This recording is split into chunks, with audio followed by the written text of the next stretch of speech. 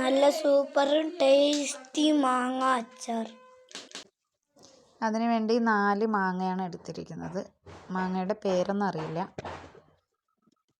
പിന്നെ അത് നല്ലപോലെ കഴുകി വൃത്തിയാക്കി അതിൻ്റെ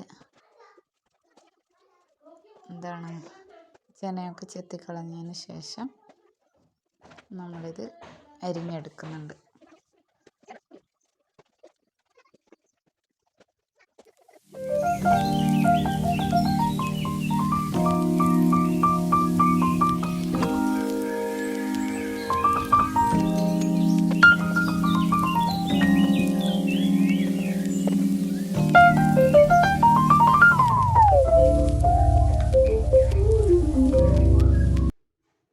ഇനിയിപ്പോൾ അരിഞ്ഞു വെച്ചിരിക്കുന്ന മാങ്ങയിലേക്ക് ഒരു വലിയ സ്പൂൺ മുളക് പൊടി, പിന്നെ 1/2 സ്പൂൺ ഉപ്പ്, ആവശ്യത്തിന് ഉപ്പും ചേർത്തിട്ട് നമ്മൾ നന്നായിട്ട് മിക്സ് ചെയ്തിട്ട് ഇച്ചിരി സമയം അവിടെ വെക്കണം.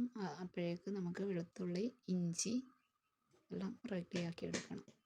ഇനിയിപ്പോൾ പാൻ അടുപ്പത്ത് വെച്ച് ഓയിൽ ഒഴിച്ച്, നല്ലെണ്ണയാണ് നല്ലത്. നല്ലെണ്ണ എന്ന് വെച്ചാൽ എള്ളെണ്ണ.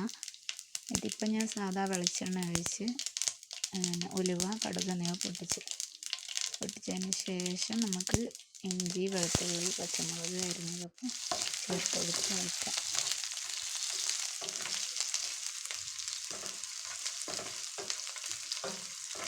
അതിലോട്ട് നമ്മൾ കുറച്ചുകൂടി മുളക് പൊടി, ഇച്ചിരി ഗ്രേവി വേണ്ടതുകൊണ്ട് 1/2 സ്പൂൺ മുളക് പൊടി കൂടി ചേർക്കുന്നുണ്ട്.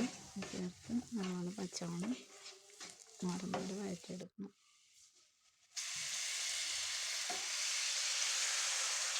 പിന്നെ അല്പം ഒരു 1/2 ഗ്ലാസ് വെള്ളം ഒഴിക്കാം.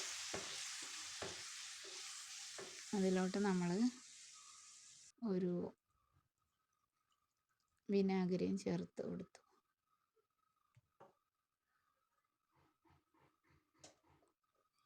വിനാഗിരി നമ്മളൊരു 1/4 ഗ്ലാസ്സൊക്കെ ചേർത്താൽ മതി.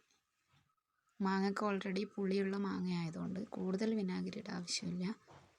വിനാഗിരി ചേർത്ത് പിന്നെ തിളക്കുമ്പോൾ നമ്മളതിലോട്ട് അരിഞ്ഞു വെച്ച മാങ്ങ പച്ച പോലെ ഇങ്ങനെ കടിക്കാൻ വേണമെങ്കിൽ നമ്മൾ ഈ അരപ്പ് അരിഞ്ഞു വെച്ചിരിക്കുന്ന മാങ്ങയിലോട്ട് തിരിച്ച് ചേർത്താൽ മതി. ഫ്ലെയിം ഓഫ് ചെയ്തിട്ട് നമുക്കെടുക്കാം.